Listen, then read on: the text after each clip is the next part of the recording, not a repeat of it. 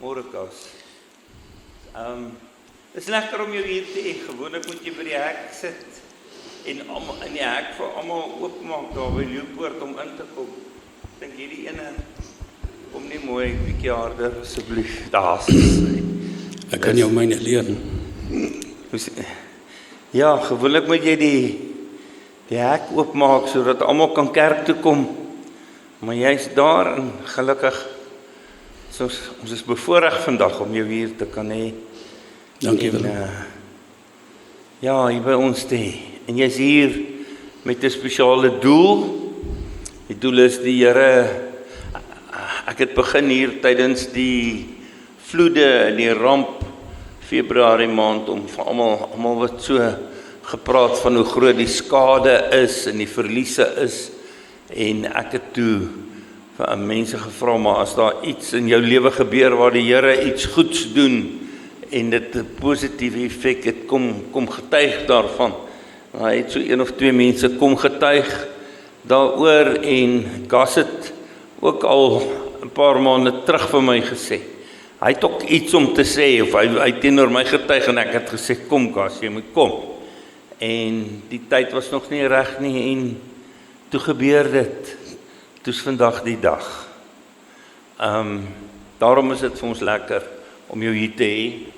Ons is opgewonde om te hoor wat die Here die afgelope tyd in jou lewe en ook in mamma se lewe gedoen het. Vertel vir ons wat het gebeur. Het gaan rondom jou pa. Ek dink dit gaan oor rondom die liefde van Jesus. En in 'n situasie waar ek in 'n kantoor sit en ek kyk op deur die venster. En al wat in my wese is, wat ek hier binne oor en oor is, ek rig my oë op na die berge. Waar gaan my hulp vandaan kom? My hulp kom gewoon God die Vader, wat die hemel en aarde geskaap het. Ek is in 'n situasie nou gewees wat ek nie verwag het nie, wat ek nie finansiëel kon hanteer nie, wat net fantasties was, en ek wil getuig van die liefde van mense, en ek wil getuig van God, waar jy soos 'n skaduweetjie voel, waar jy geen antwoorde het nie, wat jy nie weet of jy links of regs moet gaan, en net kan bid, en dan kom die antwoorde. So terwille van die wat nie weet nie, wat nie die situasie ken nie, Gas se pappie het kanker gehad en hy was daar in Pretoria en op die ou einde het die Here dit moontlik gemaak dat hy daar in 'n versorgingseenheid was waar hy kon versorging kry. Dit was baie duur, maar die lewenskwaliteit was laag. Mamma kon nie by hom kom kuier het of sy kon net vir 'n kort rukkie by hom kuier elke dag alles. En toe op 'n stadium, Gas gaan dit vertel, dit nou moontlik geraak dat hulle 'n stukkie kon aanbou hier op Leeupoort vir oupa en ouma en dat hulle toe op die ou en na toe gekom het. En in daai proses wil ek hier sit vir God al die eer gee, vir God al die dank gee. Want die wonderwerke het links en regs net gebeur. En finansiëel, emosioneel, elke oomblik van die pad is ons geseën met liefde. En ek is net hier om my Vader dankie te sê. Want ek kon dit nie self doen nie. Daar was nie 'n manier nie. Om die voorreg te kon hê dat mense soos Yvonne, mense soos Rosarie, mense soos Frankie, mense soos Ronnie, wat hooggekwalifiseerde mediese personeel is, wat ons daagliks kon ondersteun uit hulle eie liefde uit. Mense wat finansiëel bygedra het, wat dit moontlik gemaak het, om aan te bou, sodat daar 'n hospitaalbed kon wees. Dat my pa spasie groot genoeg het, kon hê om te stort in die rolstoel. Om 'n man te hê soos Pieter, die die swart mediek van Raputi, wat my daagliks kon help. Hierdie goed is vir my onbekend. Wat ek bedoel is om in so 'n situasie te wees waar jy jou pa die voorreg het. Die voorreg het deur mense se liefde dat hy nie doodgaan in 'n klein kamertjie waar nie saam met my ma permanent kan wees. So, ek het die voorreg gehad om deur daai proses te stap, maar ek kon dit nie op my eie reg kry. En as ek na my eie lewe kyk, hoe klein skaduwee ek is, en hoe werklik waar God vir my, en my ma, so kon, want dit is, en as ek praat van finansies, praat ek van mense wat groot finansies is. Uit hulle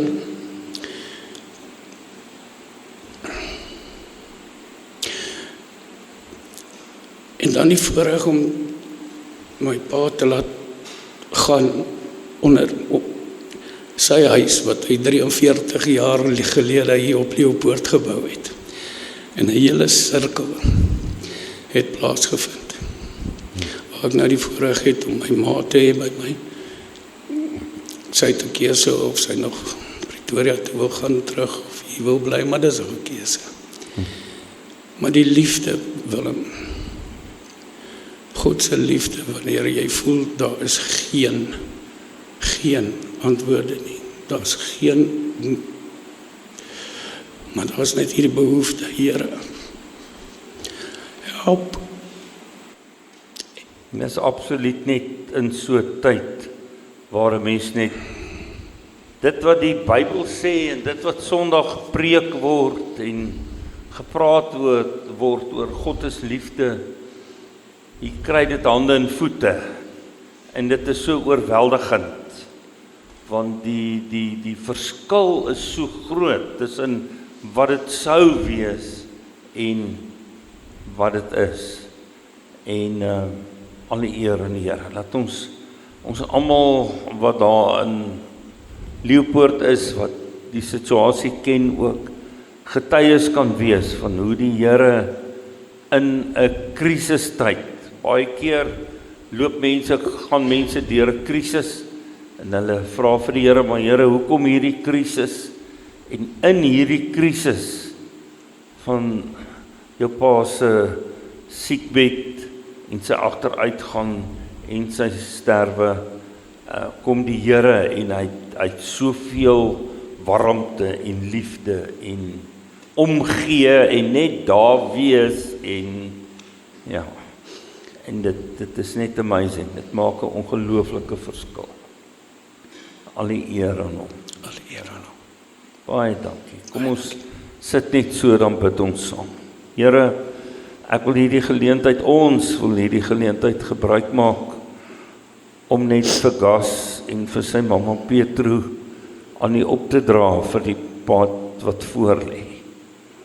Dankie Here dat U in hierdie omstandighede dit vir soveel van ons dit moontlik gemaak het om U liefde 'n werklikheid te kan maak, ook in oom ouens se lewe, pappa se lewe, dat hy in die tyd wat dit met hom so swaar gegaan het, wat hy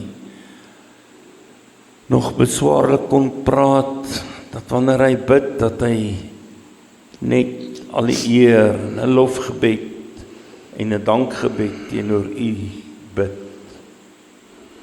want dit oortref die pyn en die ongemak en die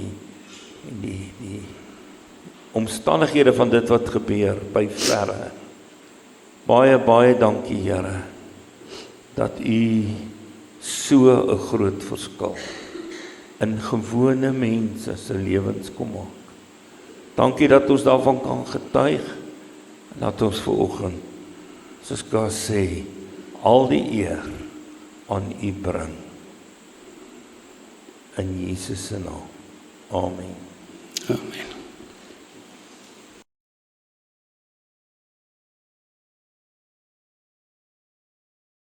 Matteus 13 is die gelykenis van die saaier wat die saad strooi. Van die saad, iemand sê hy saai roekeloos, onnadenkend, sommer net. Van die saad val op die pad, ander tussen die dorings, ander tussen die rotse en net sommiges op die goeie grond. En dis 'n baie bekende gelykenis.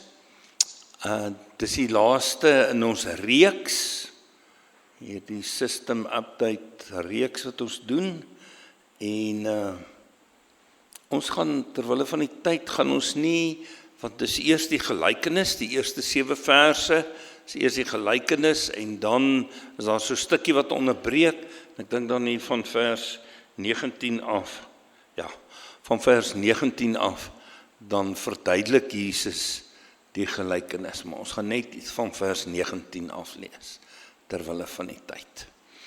So, voordat ons lees, kom ons sluit ons oor en bid ons saam.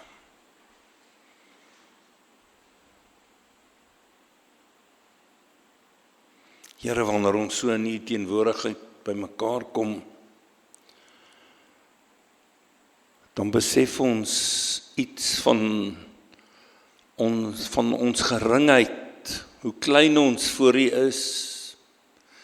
U is die heilige, U is die ewige, U is die onbegryplike, ver bo ons verstaansvermoë, God, skepper van hemel en aarde, maar ook die een wat ons elkeen geskep het. Here, U is die kunstenaar wat kunstig elke spiertjie en weefseltjie van ons liggame om mekaar geweef het, met 'n doel, doelgerig, met 'n plan, met 'n droom.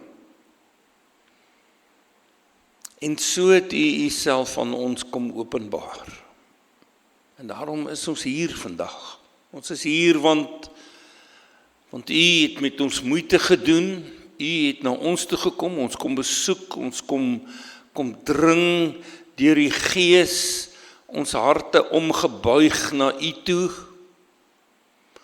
sodat daar ook 'n soeke in ons net al sterker word, om U teenwoordigheid op te soek. Here, en wanneer ons hierdie oomblikke so in U teenwoordigheid mis, dan is daar 'n leemte in ons lewe totdat dit weer gebeur. En daarom wil ons bid, Here, dat U vanoggend sal kom en elkeen van ons sal kom besoek. Elkeen van ons. Met U teenwoordigheid, met U liefde, U genade, U geduld, U ontferming. En dat U ons sal aanraak, ons oë, ons harte, ons verstand, ons ore sal oopmaak, dat ons U sal sien, dat ons U sal hoor, en dat die boodskap sal ingang vind, sal groei, soos 'n groot boom sal word, wat skuiling en skaduwee bied vir so baie ander rondom ons. Dankie, Here, dat ons daarvoor kan bid. Kom dan nou en seën ons saam wees, in Jesus se naam. Amen.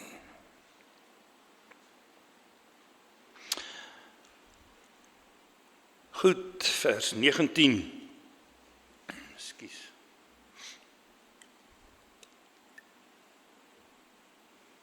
Wanneer iemand die woord van die koninkryk hoor en nie verstaan nie, kom die bose en roof wat in sy hart gesaai is. Dit is die saad wat langs die pad gesaai is. Die saad wat op rotsagtige plekke gesaai is hy wat hierdie woord hoor en dit dadelik met vreugde ontvang, maar omdat hy nie wortel geskiet het nie, hou hy net 'n rukkie. As verdrukking of vervolging vanweë die woord plaasvind, struikel hy dadelik. Die saad tussen die dorings gesaai is, dit is hy wat hierdie woord hoor, maar die kommernis van hierdie wêreld en die verleiding van die rykdom verstik die woord en dit bly sonder vrug. Die saad wat egter op goeie grond gesaai is, dit is hy wat hierdie woord hoor en begryp en hy dra vrug. Die een 100, die ander 60 en die ander 30voudig. Tot daar ons skriflesing. Die gelykenis van die saaier. Jesus vertel hierdie gelykenis daar langs die see. Daar is 'n hele skare mense voor hom. En hy gebruik 'n eenvoudige beeld uit die alledaagse lewe om die effek van die woord wat ons hoor. En hier beteken die woord, die evangelie woord, die woord van Jesus, van God se verlossing. Verduidelik hy 'n eenvoudige beeld van 'n saaier wat saad strooi. En dan kom Jesus en dan sê hy, maar hierdie beeld wat ek vir julle voorgehou, het 'n geestelike betekenis. En dit gaan oor die hart van 'n mens. Nou, ons het baie keer al hierdie gelykenis gelees. Dikwels word die gelykenis uitgelê in die vorm daarvan dat party mense se lewens is so dat hulle net onverskillig is teenoor die Here en dat hulle nie agslaan daarop nie, soos 'n pad waarop die saad val en daar gebeur niks. En dan elke een van hierdie 4 voorbeelde is dan 4 tipes mense. Nou, ek gaan net nou voorbeelde uit films van sulke 4 tipes mense se lewens ook aan julle voorhou, maar ek wil vandag hê ons moet 'n bietjie dit net so bietjie anders doen, net so op 'n nuwe manier daarna kyk en vir onsself afvra, maar is hier nie dalk aspekte van hierdie 4 moontlikhede in my lewe teenwoordig nie? Is daar nie iets van waar hierdie saad op die pad val, tussen die rotse val, in die dorings val, en op die goeie grond val? Iets van al 4 daardie voorbeelde in my lewe teenwoordig nie. Met ander woorde, is daar dalk 'n deel van my lewe wat ek nie aan die Here wil oorgee nie. Dis soos die pad met die dorings, en dat die duiwel kom, die bose kom, en hy pik net daai saad op. Die woord wat op daai deel van my lewe van toepassing is, gaan net heeltemal verlore, want ek laat toe dat die duiwel eerder hou vas daarop het. Iemand aan 'n dominee op 'n stadium 'n preek gehad waar hy gesê het, ons lewens is soos 'n huis met verskillende vertrekke, en dat ek seker vertrekke toemaak, en sê, Here, hierdie is my kamer, ek besluit wat in hierdie deel van my lewe gebeur, en hier so bietjie, en hier so bietjie, maar hier kan u en ek, kan ons saam tyd spandeer. Sekere dinge in my lewe waar ek God nie toelaat nie. Die saad wat in die pad val, word dadelik deur die voëls opgepik. As daar so 'n deel in my lewe is waar ek God nie toelaat nie, dan is die bose dadelik daar om enige vrug wat daaruit sou kom weg te vat.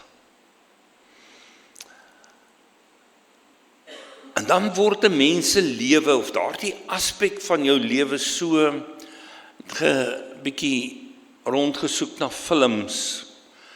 In die een film Schindler's List gaan oor die Duitsers en die Jode in die konsentrasiekamp en hoe hierdie Duitse opperbevelvoerder van hierdie kamp waar hy op die einde van die Jode daar sien werk, nou staan hy op 'n balkon en hy het 'n geweer by hom en hy staan sommer net so in luk raak as hy iemand sien en hy kry daardie ingewing, dan skiet hy daardie Jood dood. Bloot net omdat hy kan. Geen gewete nie, geen niks. En hulle is daar besig om te werk en elkeen is besig om te skarrel. En skielik begin hierdie skote, so een na die ander. En soos wat hy besluit, skiet hy mense dood. So gevoelloos, so absoluut afgestomp. En dan wanneer 'n mens, ek het gedink ek wil so voorbeeld. Onthou ek het nou die afgelope paar Sondae vir julle sulke stukkies video's gewys uit films uit, nê.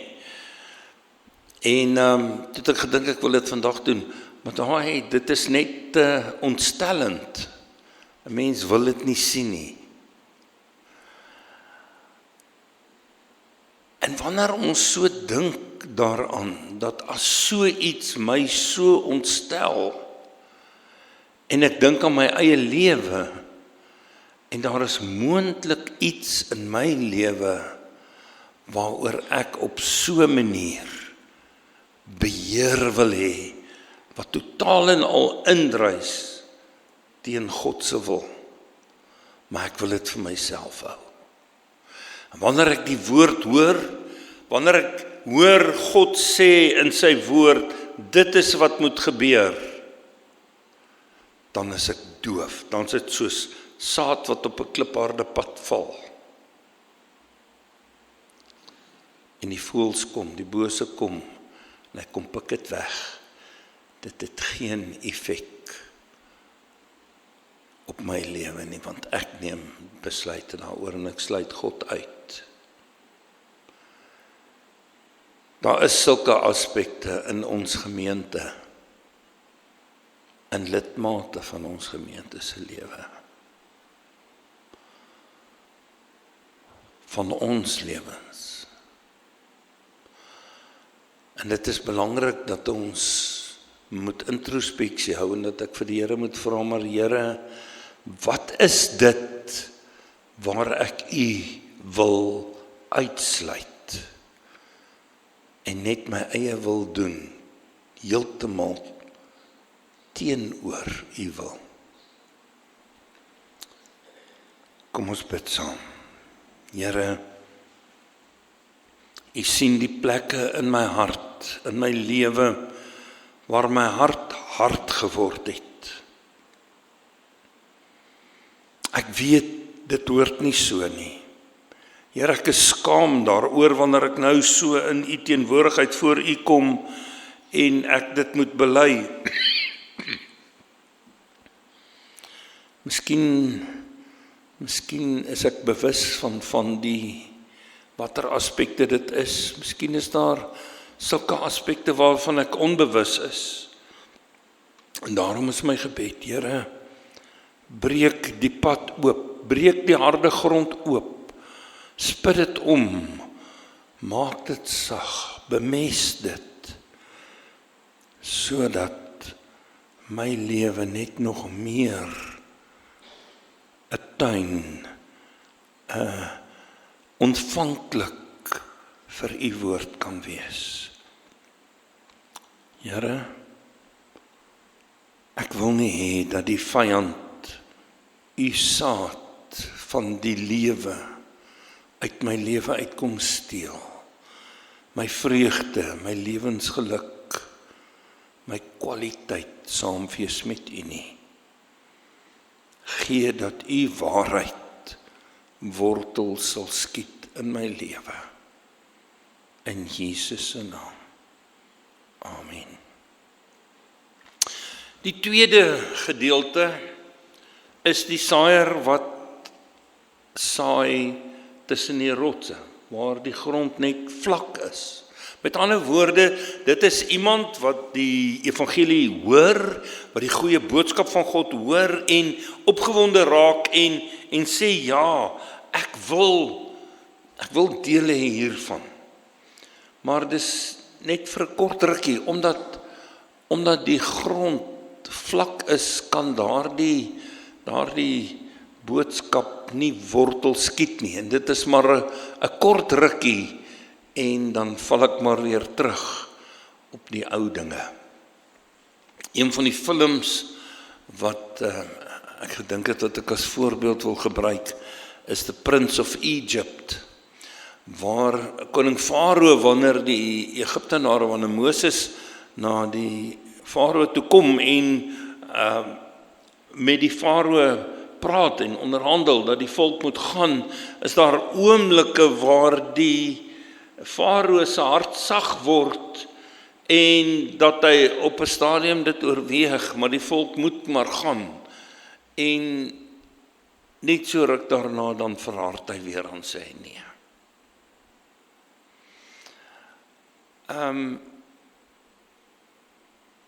Iemand hoor die woord van die Here, hoor 'n preek of 'n boodskap of 'n lied, en daardie lied gryp daardie persoon aan en hy's vir 'n dag of 2 of 3 gaan dit goed, en dan begin dit vervlou. Gebede word verwaarloos, ou gewoontes keer weer terug. Is daar sulke aspekte in my lewe?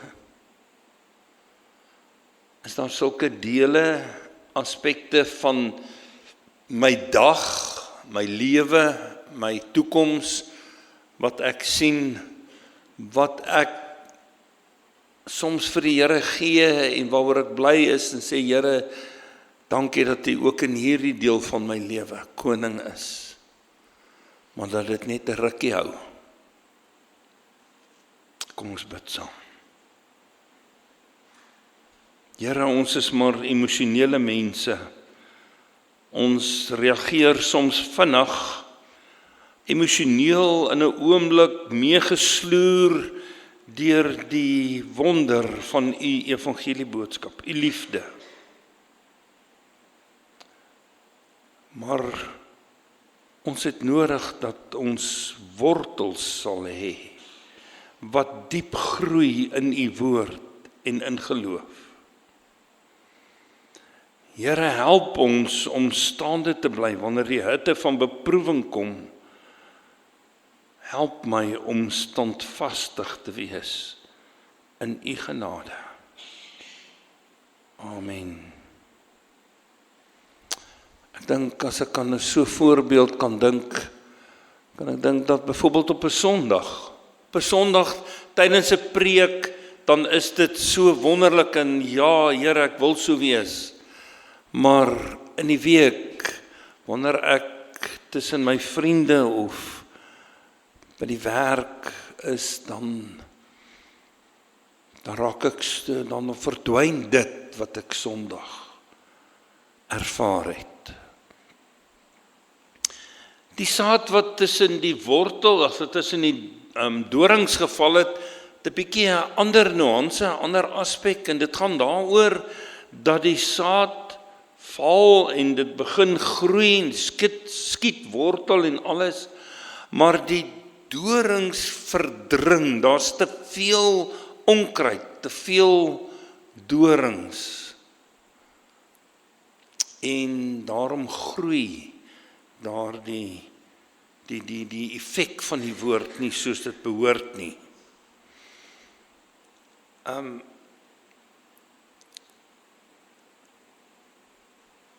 Daar's 'n film, The Great Gatsby. Ek het hom nie self gekyk nie, maar ek het so 'n bietjie gaan Google en gaan YouTube en so aan oor hom. En dit gaan oor hierdie ou J. Gatsby wat meegesloer word in die rykdom en aansien en partytjies en die gejaag van die lewe, en dan ontmoet hy 'n vrou, en in hierdie ontmoeting, in hierdie verhouding, begin hulle wil die bietjie rus en stilte en kwaliteit en liefde en diepte ervaar. Maar dan elke keer kom hierdie gejaag van sy program weer en dan trek dit hom weg van haar af en om tyd saam met haar te spandeer en dan verval hy weer in al die vergaderings en die geleenthede en alles. Soos dorings wat kom en jou net hierdie ander deel, hierdie stilte tyd deel en hierdie diepte deel verdring. Ons ken dit almal. Ek het eendag, ek weet nie, ek dink dit was Luther of Calvin, iemand het vir een van hierdie kerkvaders sê eendag vir iemand, hy sy lewe raak te gejaag. Hy het 'n groot probleem. Sy gebedslewe raak al korter. Hy het nie meer tyd om te bid soos altyd nie. Hy deesdae net 4 ure gebedstyd elke dag. Nou ja. Waar's ons in ons kwaliteit kommunikasie met die Here? Hoe spandeer ek kwaliteit? En hoe maklik gebeur dit dat die gejaag van die lewe soos dorings kom en daardie kwaliteit tyd saam met die Here verdring. Daar's 'n ander voorbeeld. Een van my dogters wat nou mondig geword het hierdie naweek, het haar verstand gekry en gelukkig vertel ek vir haar hierdie, nadat sy verjaar het, so toe het sy nou al verstand, toe kon sy nou al dink. Toe sê sy vir my, pa, Lauren Daigle het so getuienis. Nou Lauren Daigle is 'n baie gewilde Christelike sangeres. Nou op 'n stadium het sy haar liede het so begin raak dat mense begin kritiek lewer het en sê het, maar haar liedjies wat sy skryf en sing raak al meer en meer van so 'n aard dat jy dit of romanties in 'n gewone romantiese sin of geestelik kan vertolk. Met ander woorde, sy het wegbeweeg van Christelike musiek af na 'n musiek toe wat sy probeer meer mense trek, ook nie Christene. Dat as hulle nou nie hierdie lied wil geestelik interpreteer met hulle verhouding met die Here nie, dan interpreteer hulle dit in 'n gewone romantiese verhouding. En so het sy probeer om 'n groter, om meer aanhangers te kry. En toe gebeur dit dat sy vir 2 of 3 jaar in 'n woestyntyd ingaan, waar sy glad nie meer liede kry nie. Daar kom net nie daardie woorde en daardie musiek en daardie effek van soos wat sy gewoond is om te hê nie. En sy het deur 'n emosionele krisis gegaan en op 'n stadium toe besluit sy, begin sy met die Here tyd spandeer en sy besluit, sy gaan net geestelike musiek sing. En toe begin daardie liede weer kom. En sy het 'n baie mooi getuienis daar rondom.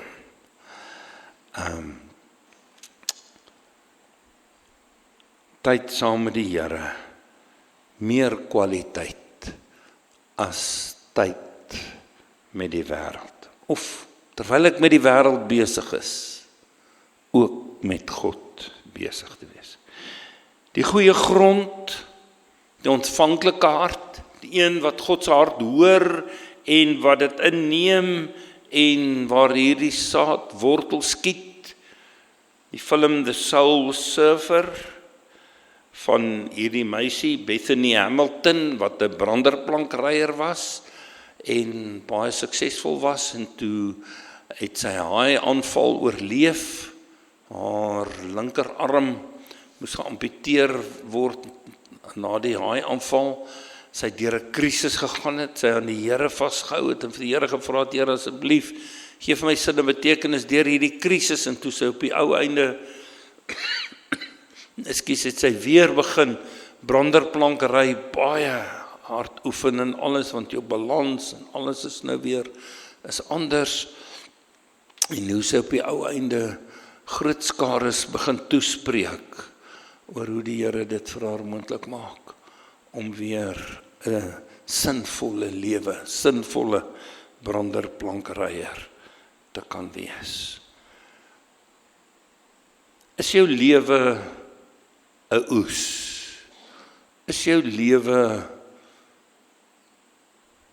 soos Jesus kom net na hierdie gelykenisse, en dit is 2 teksversies wat ek nou nie, dis bo in die opskrif, maar dis nie in die teksgedeelte gewees nie, waar hy kom en die gelykenis van die mosterdsaadjie vertel. Hy sê hy het nog 'n gelykenis aan hulle voorgehou. Koninkryk van die hemele is soos 'n mosterdsaadjie wat iemand geneem en in sy tuin geplant het. Dis die kleinste van al die soorte saad. Maar wanneer dit gegroei het, is dit die grootste van al die tuinplante en word dit 'n boom, sodat die voëls van die hemel in sy takke kom nes maak.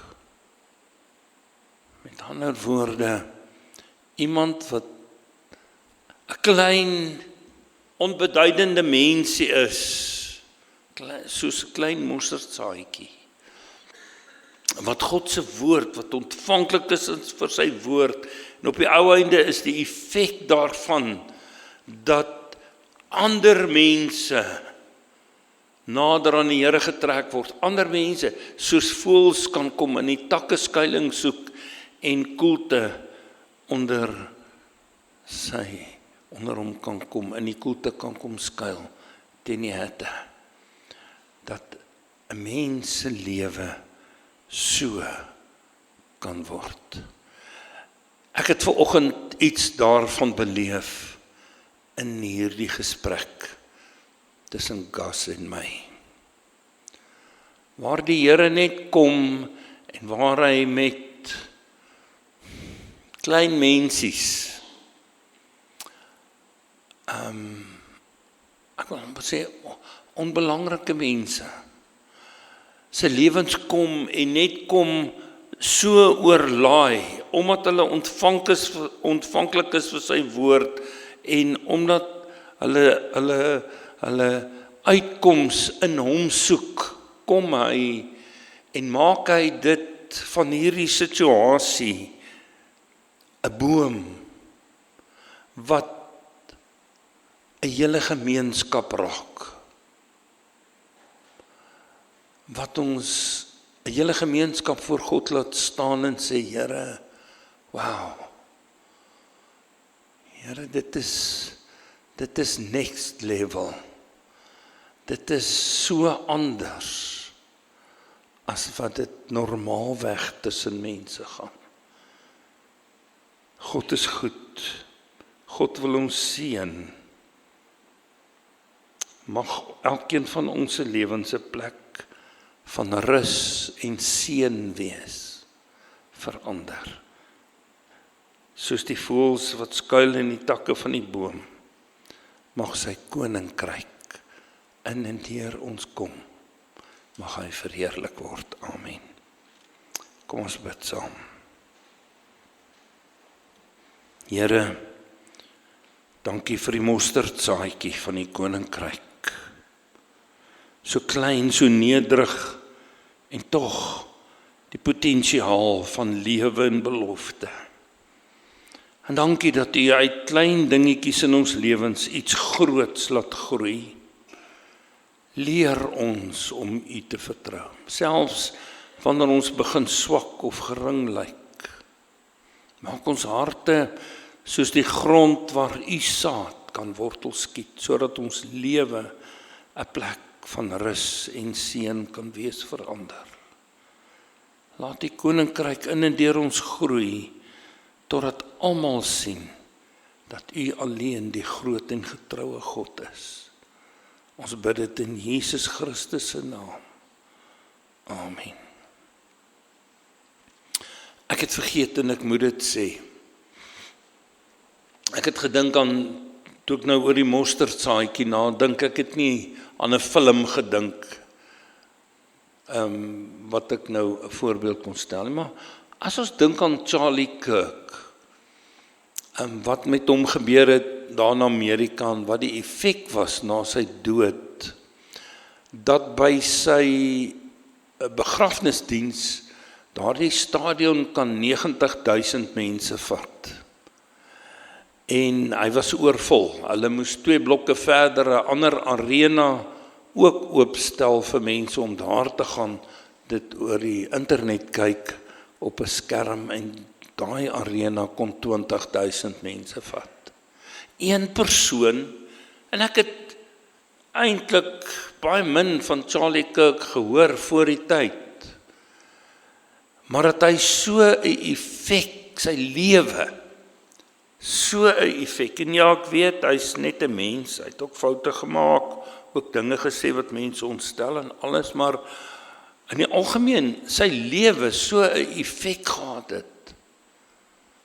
Nou wil ek die vrouediens tannies vra, sê nou ons het 'n begrafnis hier in die kerk, en hulle vra hoeveel mense verwag ons, vir wie moet ons broodjies maak, en ons sê 90.000.